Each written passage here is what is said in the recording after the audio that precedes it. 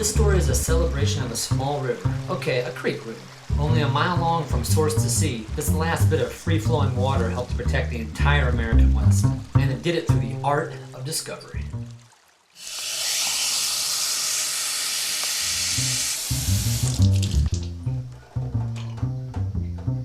Everywhere I look, I turn on Lobos Creek in my house.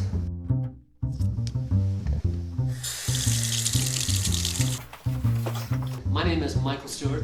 I live right here in the Presidio of San Francisco, just like Ansel Adams did.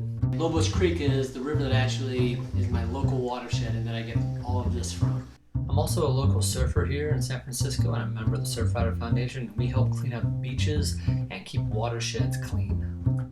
I'm also a huge fan of Ansel Adams' photographs, and I was surprised to learn that he actually lived on Lobos Creek. He grew up there and lived there for 56 years. Now, Ansel took some great photographs of the West, but none of Lobos Creek. However, he wrote some amazing things about it. To be inspired by a photographer's words instead of pictures is a rare thing. So guided by Ansel's memory, I went looking for this well-hidden gem.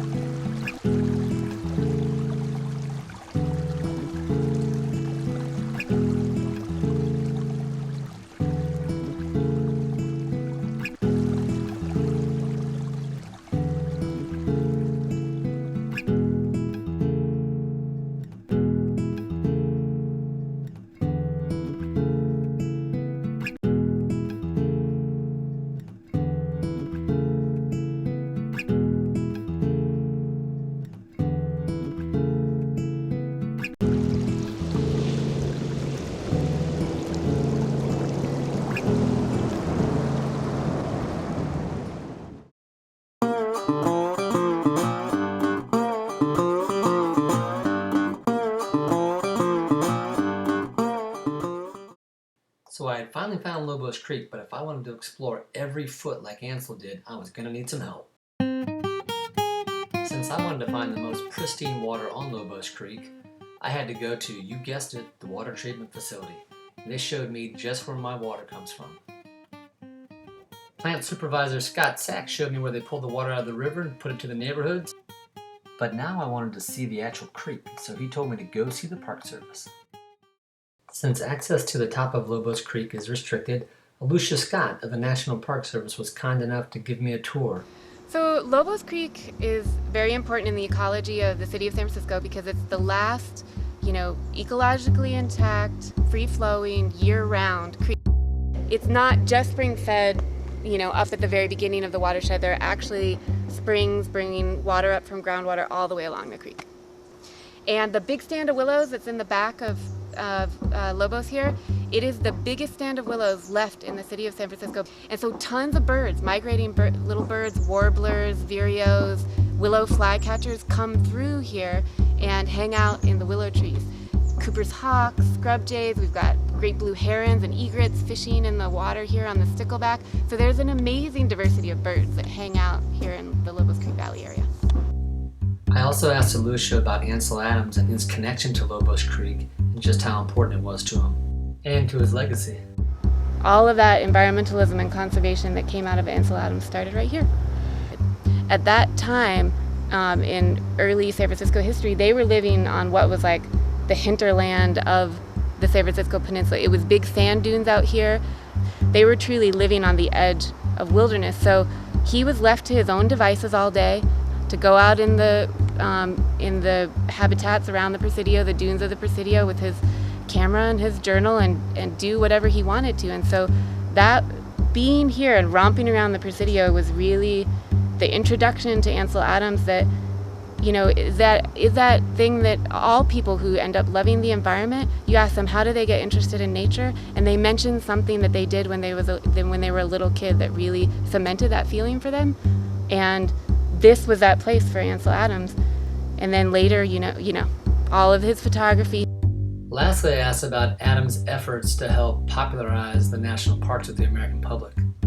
The idea was to hire Ansel Adams to create these amazing images of the parks, Big Bend and Yosemite and a couple of other national parks, that could be then put out there to get the public excited about national parks and say, look at that beautiful picture. I want to go visit that place. After putting some time in with the Presidio Park stewards to restore the upper part of Lobos Creek, I was eager to search out on my own for something closer to the beach. I saw a little small spot that looked kind of promising. Alright, so we've been exploring and I've been walking every single foot of Lobos Creek so far. And really, it's an incredibly hard creek to find because it's so overgrown and the access is bad and different property rights. But this little spot here, it's right on the footpath where everyone can come, and it's actually accessible to the only reflecting pool really that I've seen down here. It's incredibly peaceful, incredibly quiet. I think this would make a great spot to actually clean up and clear out so that people can actually come down here and see that there's a river here and be interested and hear the quietude and really have a connection to the river. That way they'll help clean it up, keep it safe, and they can actually make a connection to it.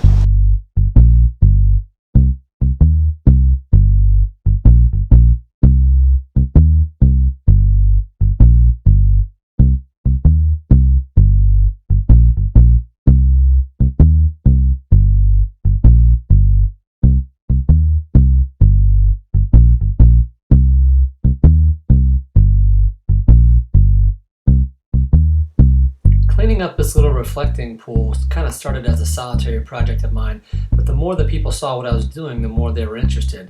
And boy, did that lead to some help pretty soon.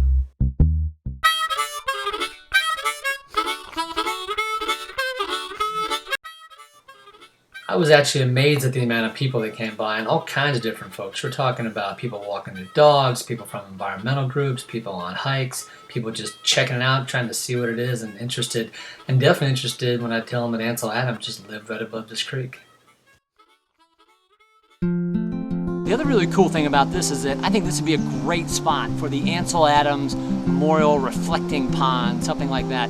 Something where people can actually understand that he was part of this, he grew up on this landscape, and that inspired him to go out and be the artist and be the environmentalist that he actually came to be, all of which helped establish a national park system and really bring eco-consciousness to the forefront of the American psyche.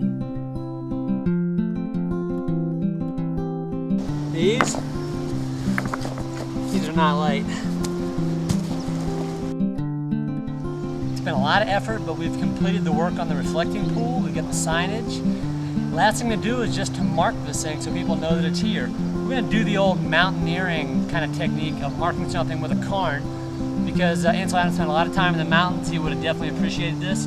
And this is going to be the spot to get people to actually stop on the trail and look down, see the pool, and go down and check it out. So, let's go.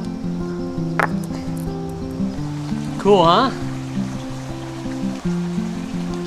It's got the part here, and then it's got the whole story here right on the back, right? There's also, right down here, there's a whole set of information for people that come down here and actually come to the reflecting pool.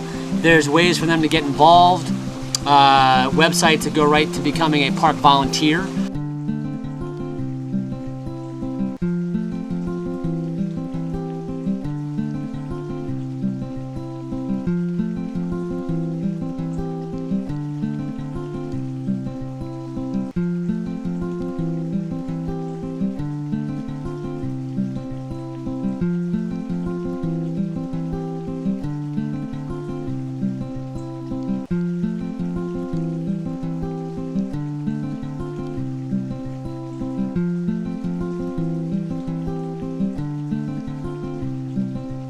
So here's my take. I think the real legacy of Lobos Creek is the power to inspire and amaze all of us. And that's worth protecting, no matter how small the river. So get out there and see what's in your backyard, and fight to protect your